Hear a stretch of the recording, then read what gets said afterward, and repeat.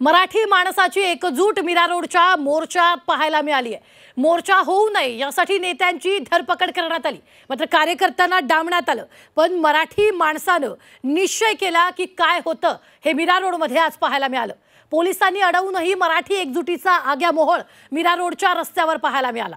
विना झेंडा, फक्त मराठीचा अजेंडा, मराठी माणूस रस्त्यावर उतरला होता। पाहूया।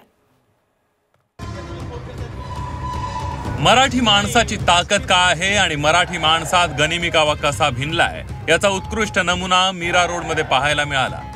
मीरा रोडच्या आंदोलनाला पोलिसांनी परवानगी नाकारली होती। पोलिसांनी खबरदारी म्हणून मनसे नेत्यांची धरपकड सुरू केली होती। सकाळी 9:30 वाजता मीरा रोडच्या ओम शांती चौकात जो नेता आला त्याला पोलीस ताब्यात घेत होते। एका क्षणी मराठी माणसाचा मोर्चा होणारच नाही असं वाटत होतं, पण मराठी माणूस आतून पेटून उठलेला होता याची कल्पना पोलिसांना नसावी। सकाळी 10 वाजता पोलीस आलेल्या आंदोलकांना ताब्यात घेऊ लागले। जो दिसेल त्याला पोलिसांनी आणलेल्या बसेसमध्ये टाकू लागले। पण मराठी माणूस हटणारा नव्हता। जेवढ्या लोकांना ताब्यात घेतलं जात होतं त्यापेक्षा दुप्पट लोक शांती चौकात येत होते। कुणाला पकडू आणि कुणाला नाही अशी अवस्था पोलिसांची झाली होती। आंदोलक नसलेल्या सामान्य मराठी माणसालाही पकडून पोलीस नेत होते।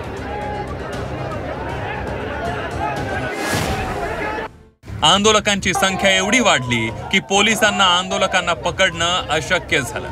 आंदोलकांची संख्या सुरुवातीला 100च्या घरात होती। काही क्षणात आंदोलकांची संख्या 200 वर गेली। त्यानंतर आंदोलक 500च्या घरात पोहोचले। अगदी काही वेळा जनसमुदाय तिथं गोळा झाला होता। पकडा आणि पोलीस व्हॅन मध्ये कोंबा ही रणनीती सपशेल फेल ठरली होती। पोलीस आता फक्त बघ्याच्या भूमिकेत होते। सकाळी 11:30 वाजता पोलिसांनी ताब्यात घेतलेल्या काही आंदोलकांना काशीमीरा पोलीस ठाण्याजवळच्या लग्नाच्या हॉलमध्ये ठेवलं होतं। तिथंही आंदोलक शांत बसले नव्हते। आंदोलकांनी घोषणा आणि मराठी गीतांच्या सुरांनी हॉल दणाणून टाकला होता। दुपारी 12 वाजता मराठी प्रेमी जनतेनं मिळेल त्या वाहनानं लोकल पकडून मीरा रोड गाठावं असं आवाहन मनसेनं केलं। मीरा रोड स्टेशनवरून ओम शांती चौकाकडे जाणाऱ्या मराठी आंदोलकांची संख्या वाढली। तिकडे 12:15च्या सुमारास मोर्चाला परवानगी मिळाल्याचं वृत्त धडकलं। मराठी आंदोलकांचा उत्साह वाढला होता। आंदोलकांनी मीरा रोड रेल्वे स्टेशनकडे कूच केली। मराठीची ताकद दाखवण्यासाठी मराठी माणूस रस्त्यावर उतरला होता। या मोर्चात फक्त शिवाजी महाराजांचे भगवे झेंडे होते, कोणत्याही पक्षाचा फलक तिथं नव्हता। हिंदू मुस्लिम सगळे मोर्चात होते। आपण मराठी आणि मोर्चा मराठीसाठी हा जयघोष होता।